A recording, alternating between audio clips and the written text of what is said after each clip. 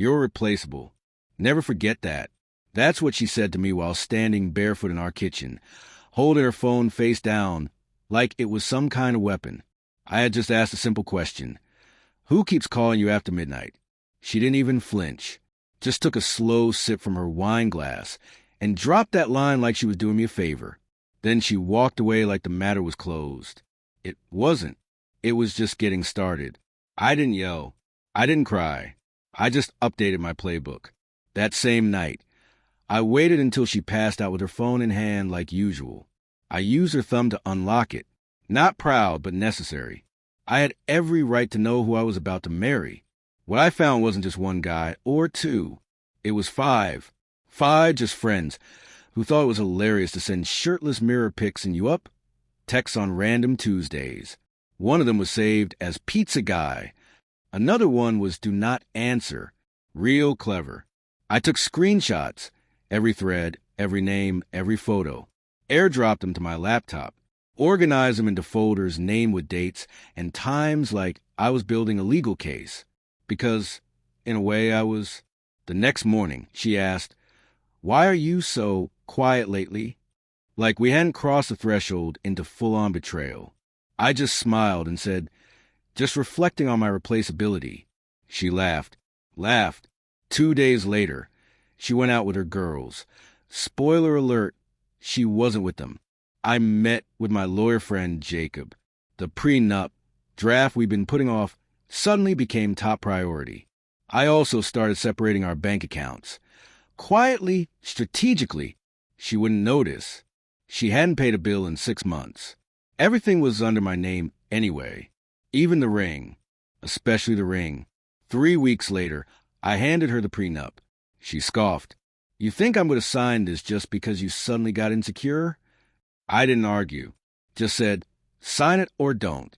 Just remember, replaceable goes both ways. She signed it mockingly like it was some game she'd already won. Then she went back to texting Pizza Guy. I went back to planning my exit. The first clash came sooner than I expected. One of her just friends didn't even know she was engaged. He messaged me after I liked one of his gym pics out of pure pettiness. Told me everything. They'd hooked up twice, once in my house. I said, cool.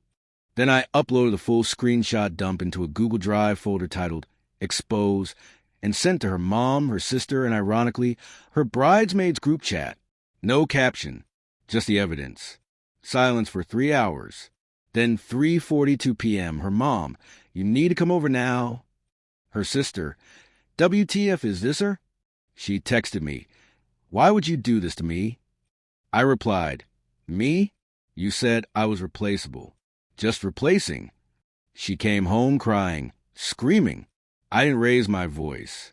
Just handed her a printed list of everything in the house I had bought, with what she needed to return before the lease ended highlighted in yellow. She ripped it in half. I handed her a second copy. Karma didn't wait long. Her affair parade had been more public than she realized. Her bridal party began to shrink. Her job. One I helped her get through my company's referral program. Pulled her into HR for inappropriate use of internal messaging systems. That's corporate speak for, don't text shirtless pics from your company email. She got suspended, then dumped by Pizza Guy, who apparently had a fiancé of his own. Oh! And she got banned from her favorite yoga studio. Her ex was the instructor. By Monday, she sat on the couch like a wet sock in human form.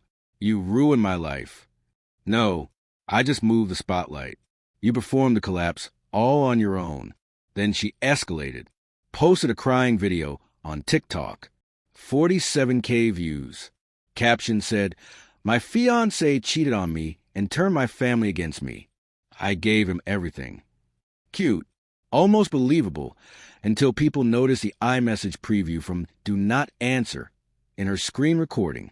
Comments picked up fast. I commented from a burner. Checked the Google Drive, sweetheart. She deleted the video. Posted another one the next day, this time pretending she was healing and learning from toxic patterns. Meanwhile, I had signed a new lease. Mover scheduled. Ring appraised. She thought I was bluffing. She thought wrong. Final confrontation? Clean. Too clean. She left for a mental reset weekend. Paid for with my card. She forgot I get transaction alerts. While she was out, I moved everything I owned out in 6 hours. Even took the fancy fridge magnets. Left a note on the counter. Thanks for reminding me I'm replaceable. I found someone better for the job. You'll see her soon. She did. At my birthday dinner a month later. Same restaurant she once called our spot. My new date? A lawyer. Smart. Calm. Doesn't flirt with pizza delivery guys for sport. We walked past my ex's table. Her jaw dropped. I smiled. Reservations are under my name this time. Enjoy the breadsticks. Epilogue. I'm thriving. Got promoted. Living in a peaceful, clean apartment where no one hides their phone like it's a hostage situation. She still texts sometimes. I just miss how safe he made me feel. You weren't supposed to actually leave. I don't respond. I don't negotiate with liars. Besides, I was replaceable. So I replaced myself. With peace. With power. With someone who understands loyalty isn't optional. And as for her, well, I hope Do Not Answer has a spare bedroom.